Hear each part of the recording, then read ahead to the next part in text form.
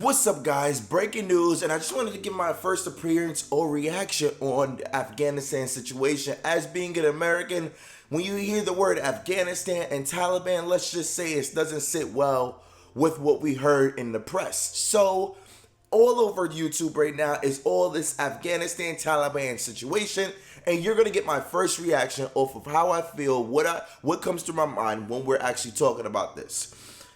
Let's get this thing started. Here we go. Taliban forces entered the heart of the Afghan capital, Kabul, today, the culmination of a rapid advance and retaking of control almost exactly 2 decades after they were ousted from power. Fighters were filmed inside the presidential palace after Ashraf Ghani, now the former president, fled the country.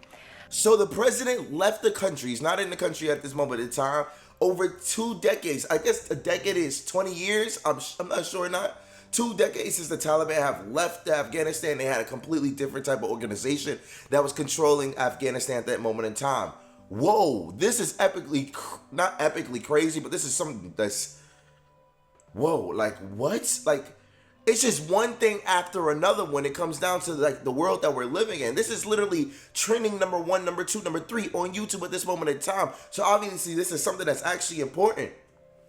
Afghans and foreign nationals have been trying to get on planes at Kabul airport, where international troops have been involved in evacuations. But security there is reported to be fragile. The latest developments came after the Taliban moved through one Afghan province after another in recent days and headed towards the capital. Our first report is from our diplomatic correspondent, Paul Adams. What? Afghanistan has new masters. 20 years after their first experiment in power came to a shattering end, the Taliban are back, hours after arriving in Kabul, sitting at the president's desk. Earlier, at the same desk, President Ashraf Ghani clinging to the last fragments of power. But the man gazing down on Kabul's streets has gone, fleeing to neighboring Uzbekistan. In a Facebook post, he said he'd left to avoid bloodshed. Bro, all right, hold on. Why do the Talibans always look like Talibans? Like, whenever, like, I don't know, based on our like upbringing, especially when you watch it like movies like Aladdin and stuff like that, the Taliban are always predicted inside of a way that's a negative type of way. I generally don't, as an American, I generally don't understand the agenda of the Taliban itself. I generally don't understand what's their motive, what's their background history. The only thing that the media has shown us that these people are bad, and this is bad for society itself. Now, I currently know that President Biden was bringing back troops away from the Afghanistan war because we didn't want to get involved, but they did have our support, as well as Donald Trump. So this is not a Republican Democratic situation, because Donald Trump was trying to pull out troops as well, and so was President Biden trying to pull out troops as well. I'm sure there's a ruckus in America, and I'm very curious to what America has to say about this situation, but I'm sure they have our utmost backing and support throughout this process. Wow. As the Taliban moves in, the West moves out. American helicopters busy over Kabul all day today, ferrying diplomats from the US Embassy to the airport. This disorderly end was not the plan. So America's out. Hundreds of British troops have now arrived in Kabul to help with the evacuation of thousands of British and Afghan civilians. And the Brits are in. Mask at all times because we don't know where they're all coming from. They look scared. The operation is well underway. These troops may not be on the ground for long. Kabul is in chaos. People desperate to leave, taking what they can, fearing a bloody assault. There's little violence so far, but a lot of panic. There's always two Crowds sides to the descended story. on banks trying to take out their savings. As police officers and security officials abandoned their positions, the Taliban urged people to stay calm. So the Taliban are telling people to stay calm. Police officials have completely abandoned the positions where they work at, and everybody's rushing to the banks. Now, I know, based off American type of situation, the banks are not going to give millions of people all of their money back. They're probably going to shut it down and say that there's no way that we can give you guys the money, because banks, their job is to loan money out and use your money to loan to other people out. So it's most likely possible that the banks don't have all of their money inside of the bank account itself. Okay, so this is wild. We want to avoid bloodshed and to destruction to properties of the people, and to not give chance to plunderers, looters, who are waiting for such movements to loot or plunder the properties of the people. All right, so it seems like, based on what they're saying, that they're going about it from a diplomatic perspective. I don't know their agenda, their particular agenda, but in the world, like, you know, like I know, like in the world, the Taliban have always had this bad negative aura behind them. The media has always promoted them in a bad negative aura. I'm not saying they're not bad people at all. I just never understood what was their agenda with being in Afghanistan itself. Like, what was their agenda? What were they? Where is this war starting from? Where is this whole thing going from? I never understood what was their point of view. There's always two sides of the story. Well, three sides. Their side, and the truth. So I really don't understand what's their point of view. But the streets are full of dread. Tens of thousands of civilians displaced by fighting elsewhere, living out in the open, telling stories of abuses at the hands of the Taliban. The Taliban came into our village in the night. After a few days, we managed to escape as they were murdering the men and boys. They accused them of being in the army or the police. They were taken out of their homes and murdered because they worked for the government. Look at that Outside big the gun. capital, the Taliban are consolidating their grip on Afghanistan's major cities, like Herat, unfazed by their headlong success, which has government ministers reeling. The saddest part is that I didn't expect this, but now I might face consequences that I never even dreamed of. And I guess that's the price that we pay for trying to make this world a little better. At the border with Pakistan, Afghans are leaving. With or without fighting, the Taliban's takeover looks set to trigger yet another wave of refugees. Tonight at Kabul airport, military and civilian planes offer the only way out. At the gates, chaotic scenes. Who will leave and who will be left behind? Is this how the West's 20-year adventure in Afghanistan will be remembered? Paul Adams, BBC News. Nah. Is this how the West's 20-year adventure? The West is the Americans, I assume. 20-year adventure in Afghanistan will end? What?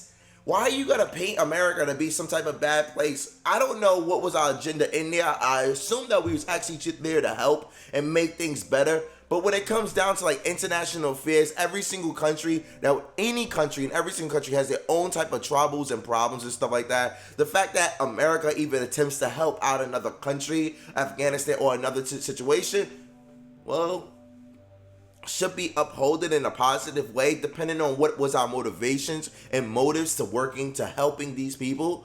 Maybe it was the oil, I'm not sure, but okay. Let's go live now to Kabul and the BBC's Malik Mudassar, who is there. What can you tell us, Malik, about the extent of the Taliban presence in the city? Yes, as Talibans have taken all of the Afghanistan almost. Now they are in Kabul city, and I could just see them from here that they are patrolling in the streets, and they are just keeping these government official vehicles and army and police vehicles they have captured from the forces here in Afghanistan. They are patrolling here, and they are just marking those places to where to put checkpoints and where to get the advantage point from. He looks And what is scared. the effect of that, would you say, on the people of the city? Well, that is very catastrophic. As soon as I landed this morning here in Kabul, the atmosphere of the city was entirely different. And there was a huge traffic jam in the Kabul city from the airport towards the outskirts of the Kabul city. And I could see the families, kids, females, everyone with their belongings in the car, and they were trying to get out of the city, and they were just look depressed, devastated, and defeated. Malik Mudassar in Kabul, thank you very much. Whoa, what? Whoa. This is seeming like one of those type of situations that you never expect to happen. We're just still inside of that pandemic period. They literally chose one of the perfect times to do their to progress with their organization at this moment in time. Whoa. strategically, you know? But that's crazy. Well, here the Prime Minister chaired an emergency COBRA meeting this afternoon, and Parliament is being recalled to discuss the situation. What is the UK Boris Johnson doing? said the immediate priority is to evacuate British citizens and Afghans who have been working with the UK. Here's our political correspondent, Ben Wright. For 20 years, the UK has committed its military, money and lives to Afghanistan. Some of the fiercest fighting was here in Helmand. The effort ends with a frantic scramble to get out. The situation in Afghanistan continues to be extremely difficult, getting more difficult, I would say. And our priority is to make sure that we deliver on our obligations to UK nationals in Afghanistan, to all those who have helped the British effort in Afghanistan over 20 years, and to get them out as fast as we can.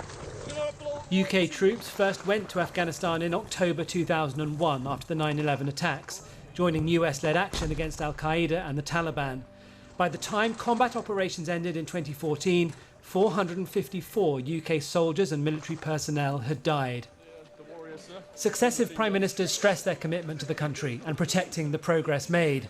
Today, cross-party fear that progress could vanish. The real danger is that we're going to see every female MP murdered. We're going to see ministers strung up on street lamps, and this is the decision that I'm afraid has been taken. We haven't heard from the Foreign Secretary in about a week, despite this being the biggest single foreign policy department disaster since Suez.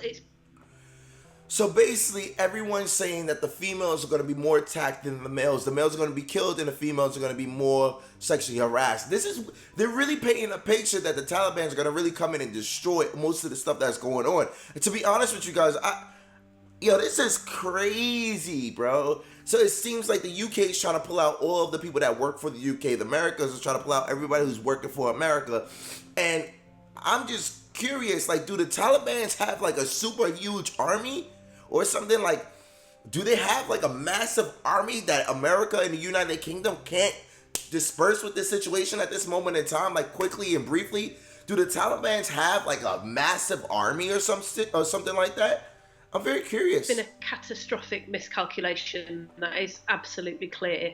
The UK and the United States both overestimated the capacity of the Afghan government to hold off the Taliban and underestimated the capacity of the Taliban to advance throughout the country. And that has been clear actually for days. Okay, so they just answered the question. The UK and America have overly underestimated the Taliban and overestimated the Afghanistan government on holding back the Taliban. That doesn't sound correct, because I'm sure if the Afghanistan was actually going through a serious situation, I'm sure they will be calling for help weeks prior to that particular situation. This seems like, whoa, I'm not getting involved from my perspective. I don't know. That's what it looks like for me. Looks like they're not getting involved.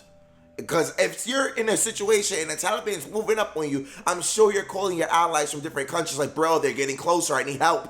Bro, I need help. But we're not hearing that. The UK says its mission in Afghanistan had to end once the US announced its decision to leave, despite the consequences.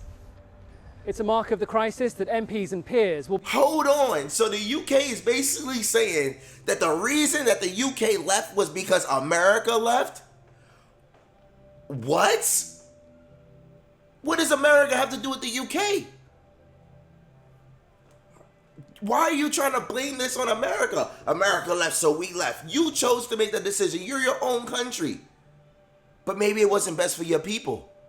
Maybe you wasn't feeling like the people that you needed a little bit more backup to save this, and you didn't want a lot of UK soldiers to actually get hurt through this process. That could be true. Be brought back from their summer break on Wednesday for a day's debate.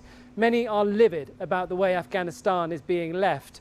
But talking here won't stop the Taliban, and all MPs can do is ask ministers how a humanitarian and security disaster might be avoided. For James Kyle, today is difficult. He was a captain in the Light Dragoons, served in Afghanistan in 2007 and 2009, the year the regiment lost 6 of its soldiers. It's incredibly sad to see the change happen so quickly after years and years of incredibly hard work from remarkable armed services in the country. I don't know how I could ever look the parents of fallen soldiers in the eye and say that what they did was worth it. That must be truly terrible to sit there and work on a project for so many long years in time. So many people have passed away, so many people have died, and at the end of it, you lose. What?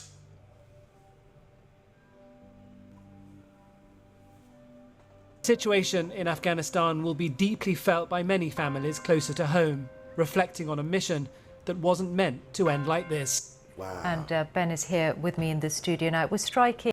Wow. So it seems like this Taliban situation is going to affect the whole world. And what is the world going to look like when the Taliban actually take the power, the full power, and start communicating with different cultures? What will Afghanistan look like? What will America do? What will the United Kingdoms do? At these moments in time, I'm curious to see how this is going to affect the impact of the world and what will happen to the world itself. If you have any questions or any thoughts on this particular subject, please comment down below. I'm really curious. My name's Adonis Crash Boom. Show your love, not your anger. And my hearts and prayers go out to all the people that's in that war at this moment in time. I see you guys later. Stay blessed. I'll keep you updated.